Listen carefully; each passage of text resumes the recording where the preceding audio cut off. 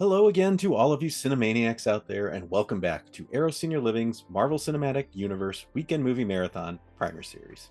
My name is Aaron Neeson, Arrow's visual media director, and I am your guide through this marathon, preparing you for the movies you are going to be enjoying with reminders and tips on important events and characters you will be seeing. Today, we are laying the groundwork for Ant-Man and the Wasp, the 21st movie we are watching in this series. We just watched Thor Ragnarok, where we saw Thor and his allies break free from the grasp of the Grandmaster and return to Asgard to stop Hela from conquering the universe. Thor, Hulk, Valkyrie, and Loki all battled against Hela's army on the Rainbow Bridge and ushered the Asgardians onto a spaceship to safety. While the team couldn't defeat Hela on their own, Thor summoned Surtur, the fire demon, who grew to immense size, and after a brief skirmish with the Hulk, Surtur destroyed Asgard, and Hela along with it. The Asgardians all escaped aboard their spaceship with Thor now king of their people. However, in a rather ominous credit scene, we see that the Asgardian ship is being approached by a massive, foreboding ship just as they thought they were safe.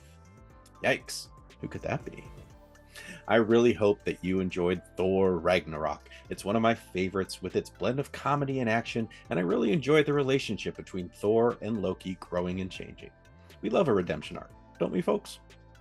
But now it is time to move on to the next movie in our marathon, Ant-Man and the Wasp. So, what do you need to know for this one? Well, let's go over some characters and events you need to keep in mind for this film. No spoilers yet, I promise to warn you before I dish out any of those. First up, we have Scott Lang, aka Ant-Man. Scott has been arrested after the events of Captain America's Civil War, where he assisted Captain America in escaping with Bucky from the US government and the Sokovia Accords. Then there's Hank Pym, the original Ant-Man and creator of Pym Particles. Hope Van Dyne, daughter of Hank, who was gifted a new Wasp suit at the end of the last movie. Luis, former cellmate and best friend of Scott, who has a motley crew of fellow ex-cons he works with. Janet Van Dyne, wife of Hank Pym, mother to Hope, and superhero known as the Wasp.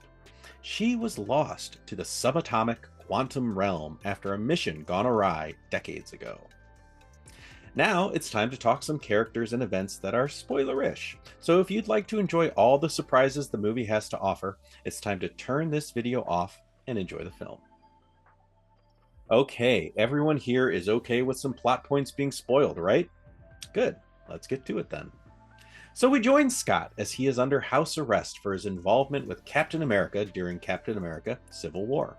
Meanwhile, Hank and Hope are experimenting with opening tunnels to the quantum realm, believing that Janet might still be alive. After all, Scott came back from the quantum realm in the last movie, so it stands to reason that Janet could possibly still be alive there too. Scott gets a message from Janet and tells Hank and Hope about it.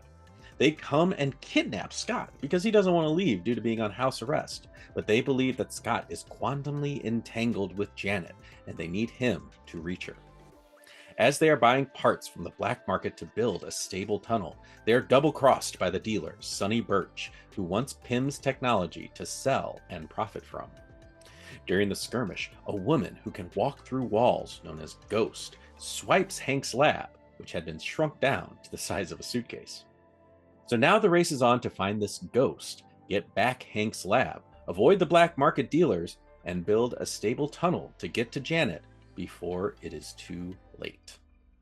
I'm going to stop there. I think that will be enough information to get you started on the movie. Fun bit of trivia. Ghost first appeared in Iron Man number 219 in June of 1987. The original version was similar in that in the comics, Ghost could also turn invisible and walk through walls. But the comic version of Ghost also had some differences. For starters, comics Ghost is a man, but also he is an anti-capitalist saboteur who seeks to destroy various political and economic institutions he views as oppressive. The movie version is motivated by something very different, but I'll let you find that out on your own. I'm very excited for you all to enjoy Ant-Man and the Wasp. The movie is another thrilling film that plays around a lot with size and perspective, and it's a lot of fun to boot. I'll be back soon with another primer video for the next movie in our marathon. It's a big one, Avengers Infinity War.